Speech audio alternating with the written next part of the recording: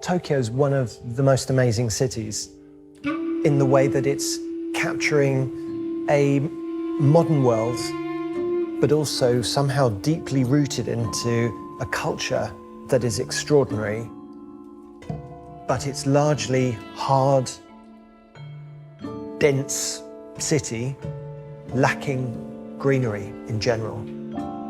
In our solution, we tried to put something that would create public, green, open space that was embedded in the architecture so that we could have nature and this sort of diverse functionality all happening at the same time, and the feeling that we were making a district rather than a building.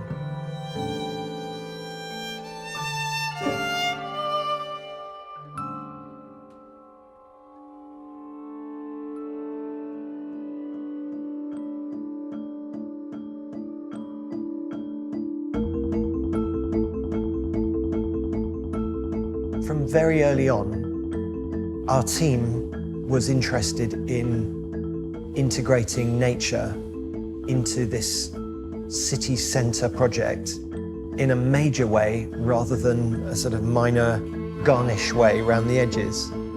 It had to be a technique that allowed nature and buildings to merge together. And our breakthrough was thinking about pergola structures. What interested us was that the timber structure is square. It makes a grid that if instead of just seeing it as a flat pergola with plants growing through, we could deform that while from above still keeping the square grid, almost like a net or a sheet of fabric. So as you walk around, a piece of park rises up and becomes a building, and not just have a street level and roofs, but blur that.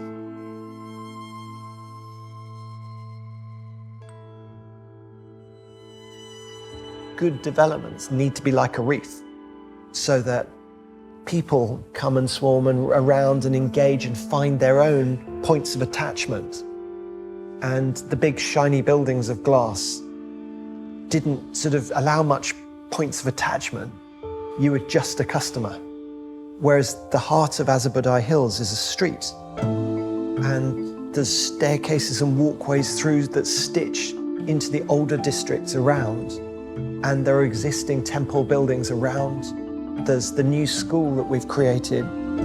800 children will be beginning being there, sort of mixing together with performance space.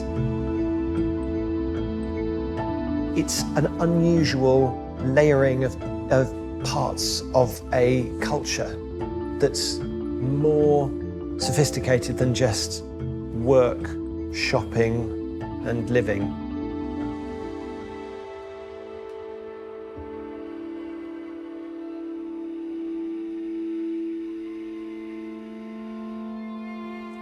This was a very important project for Mori because the site had taken 27 years to make all the agreements with everybody who lived there.